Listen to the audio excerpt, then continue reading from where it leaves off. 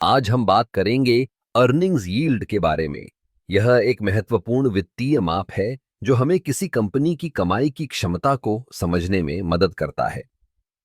Earnings yield को हम ऐसे समझ सकते हैं कि यह एक कंपनी की प्रति शेयर कमाई को उसके शेयर की कीमत से भाग देकर निकाला जाता है।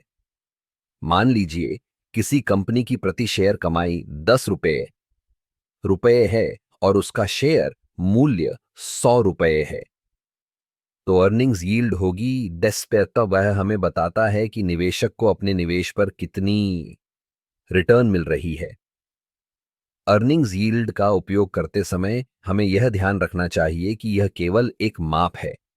इसे अन्य वित्तीय संकेतकों के साथ मिलाकर देखना चाहिए, जैसे कि पी से साई रेशियो, जो हमें बताता है कि निवेशक कंपनी के भविष्य की कमाई की कितनी उम्मीद कर रहे हैं।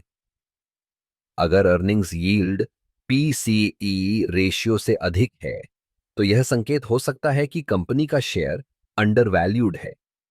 दूसरी ओर, अगर अर्निंग्स यील्ड कम है तो यह दर्शाता है कि निवेशक कंपनी के भविष्य में अधिक उम्मीदें लगा रहे हैं।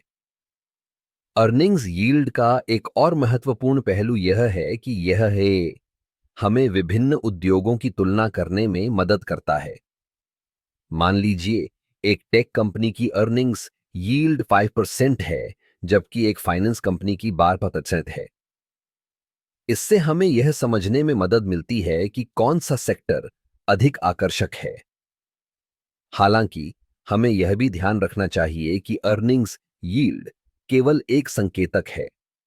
कभी कभी कंपनियां अपने लाभ को बढ़ाने के लिए एक बार की घटनाओं का सहारा ले सकती हैं, जो कि लंबे समय में स्थायी नहीं होती। इसलिए हमें अर्निंग्स यील्ड के साथ साथ कंपनी की वित्तीय सेहत, प्रबंधन की गुणवत्ता और बाजार की स्थिति पर भी ध्यान देना चाहिए। अर्निंग्स यील्ड का एक और उपयोग यह है कि यह हमें डिविडेंड यील्ड के साथ तुलना करने में मदद करता है।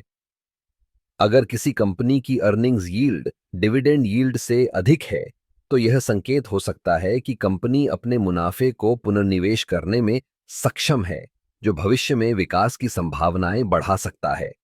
इस तरह अर्निंग्स यील्ड एक महत्वपूर्ण टूल है जो हमें निवेश निर्णय लेने में मदद करता है।